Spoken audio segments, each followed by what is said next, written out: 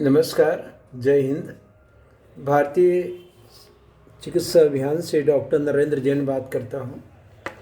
बहुत दिनों बाद पुनः एक और वीडियो आपके सामने डाल रहा हूँ कि डायबिटीज़ की दवाइयाँ बंद कैसे होंगी और डायबिटीज़ की दवाइयों से भारतीय शरीर को कितने नुकसान हो रहे हैं, और इन नुकसानों के विषय में ना तो कभी आप जानना चाहते हैं और ना ही आप ने कभी डॉक्टर से पूछा और ना ही आपके डॉक्टर ने कभी बताया, क्योंकि आपके डॉक्टर यही जानते हैं कि जो हमें विदेशी दवाइयों के फॉर्मूले केमिकल्स आए हैं, मेटफॉर्मिन, ग्लिम्प्राइड, ग्लिक्सराइड, पायोग्लिटजोन, वॉस्कोनिल, सीटाग्लिप्टिन, इंसुलिन इत्यादि इत्यादि, वही दवाइयाँ हैं।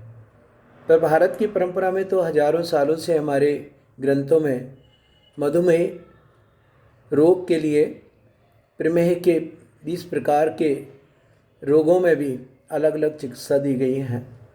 पर ये देश का दुर्भाग्य रहा कि हम भारतीय परंपरा की दवाइयों को जान ही ना पाए, और 100-200 साल के अंतर्गत तो हम पूरे लगभग भूल ही गए। क्योंकि डायबिटीज़ तो एक ब्लड शुगर का लेवल है जो हमारे शरीर में हमेशा रहता है, पर एक मात्रा के बाद हो जाए, एक लिमिटेशन के से अधिक हो जाता है, जब उसके लक्षण परिलक्षित होने लगते हैं तो हम उसे डायबिटीज़ कहते हैं। मात्र ब्लड में शुगर हल्की सी बड़ी हो तो हम उसे डायबिटीज़ नहीं कह सकते,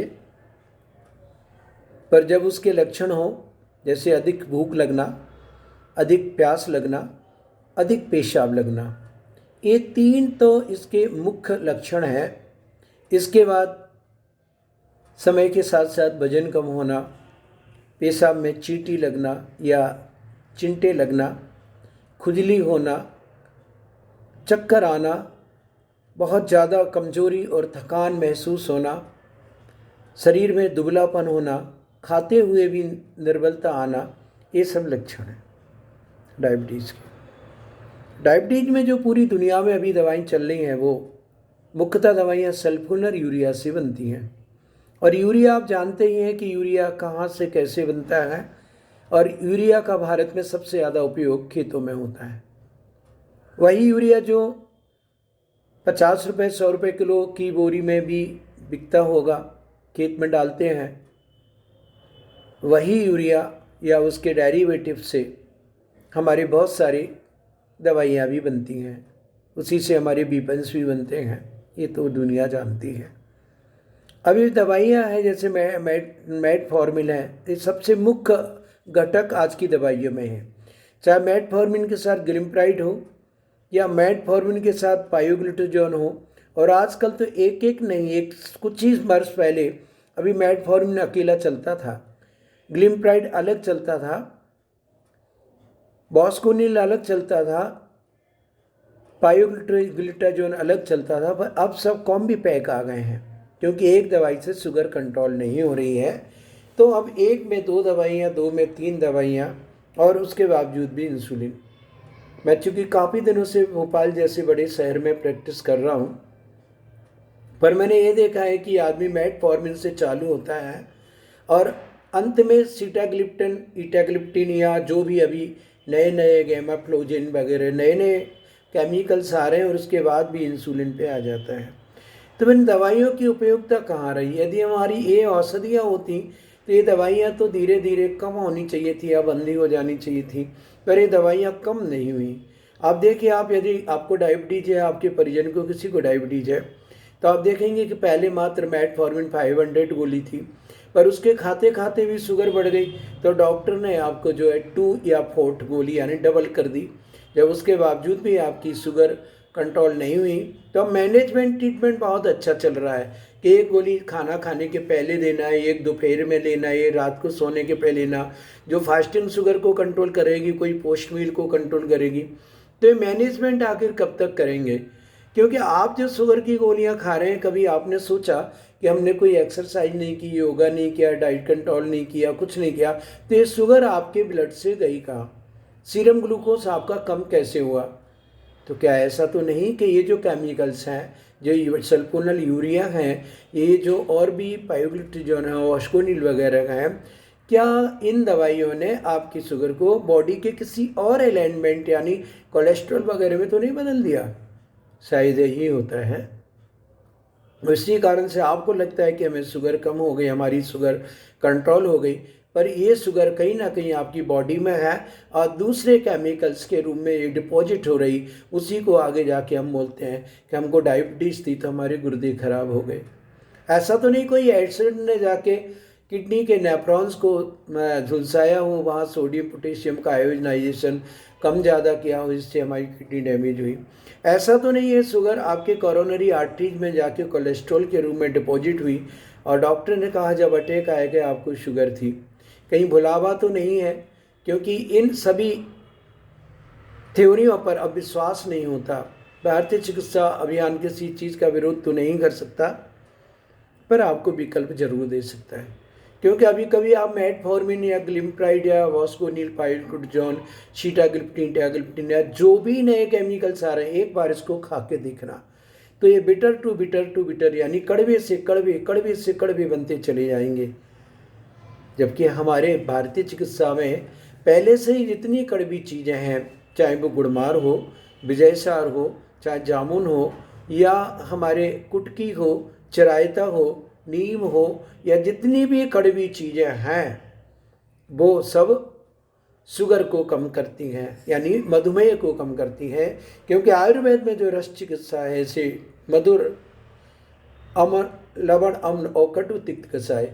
तो मधुर अम्ल, मधुर रस जब शरीर में बढ़ेगा तो उसमें कटु, तिक्त और कषाय, ये रसों की जो भी औषधियाँ हैं वो सब इसको कम करेंगी और इसको रस चिकित्सा के अनुसार हम कंट्रोल कर सकते हैं।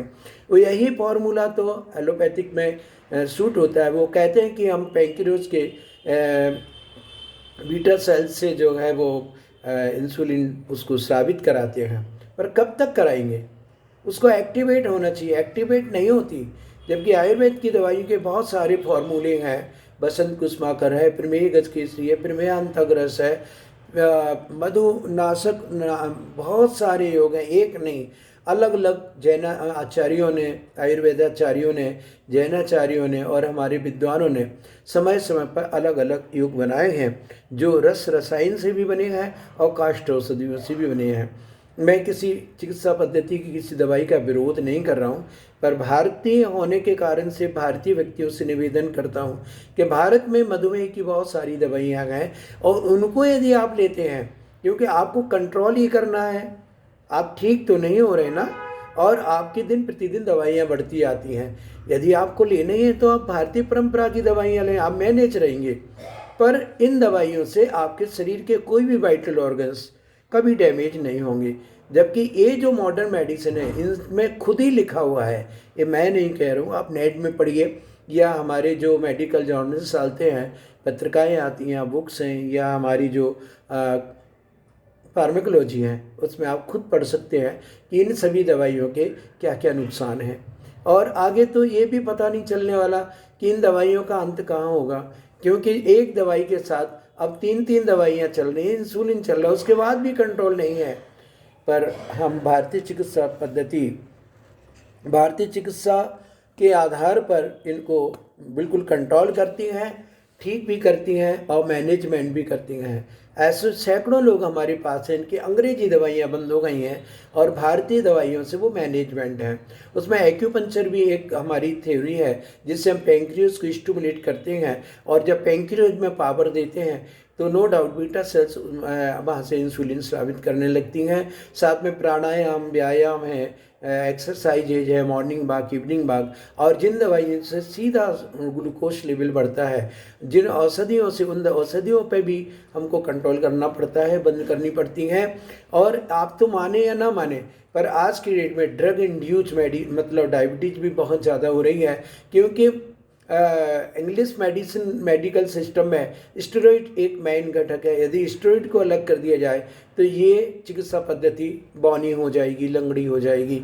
यही एक कारण है कि चाहे कोरोना हो या कोई भी मतलब लंग्स डिजीज हो, स्किन डिजीज हो या एलर्जिक डिजीज हो, सभी में कहीं ना कहीं मिथाइल प्रेडनिसोलोन, डेक्सामीथासोन, बीटामीथासोन, बीक्लोमीथासोन या इनके और डेरिवेटिव्स यूज हो रहे हैं, चाहे वो इंजेक्शन के फॉर्म में हो, चाहे सायरप के फॉर्म में, चाहे ड्रॉप है या इनहेलर्स हो या स्किन ऑइंटमेंट्स हो।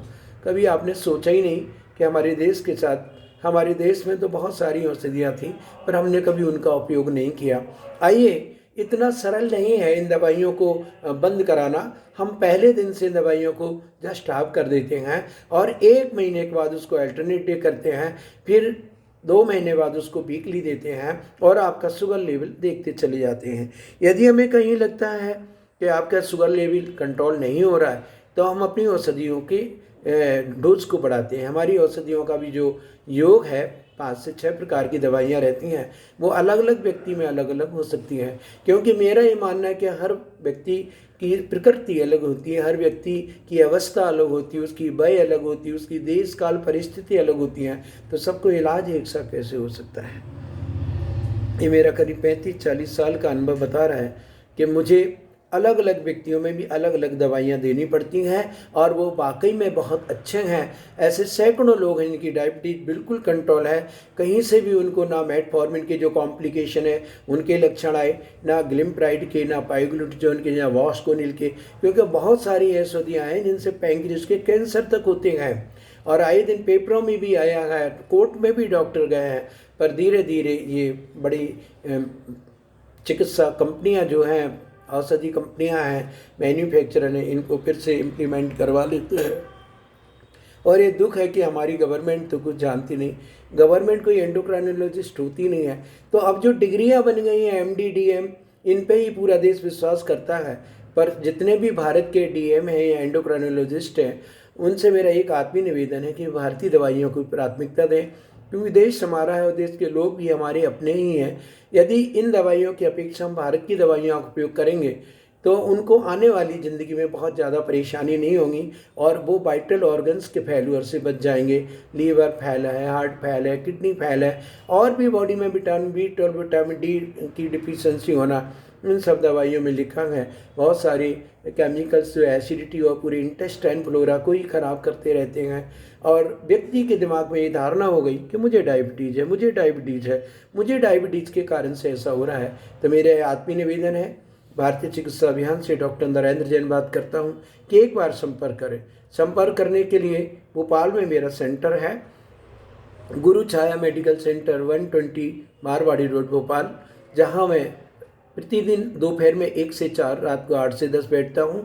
आने के पहले फ़ोन जरूर लगाएं, क्योंकि देश भर में मेरे चिकित्सा शिविर भी आयोजित हो रहे हैं, जहां मैं एक नहीं सैकड़ों लोगों की दवाइयां एक दिन में बदलता हूं और उनके भारतीय दवाइयों को उपलब्ध कराता हूं। इसी के साथ जय हिंद, जय भारत। और संपर्क करने के लिए मेरा फ़ोन नंबर है 9329159594 और लैंडलाइन नंबर है 2755 2736147। जय हिंद, जय भारत।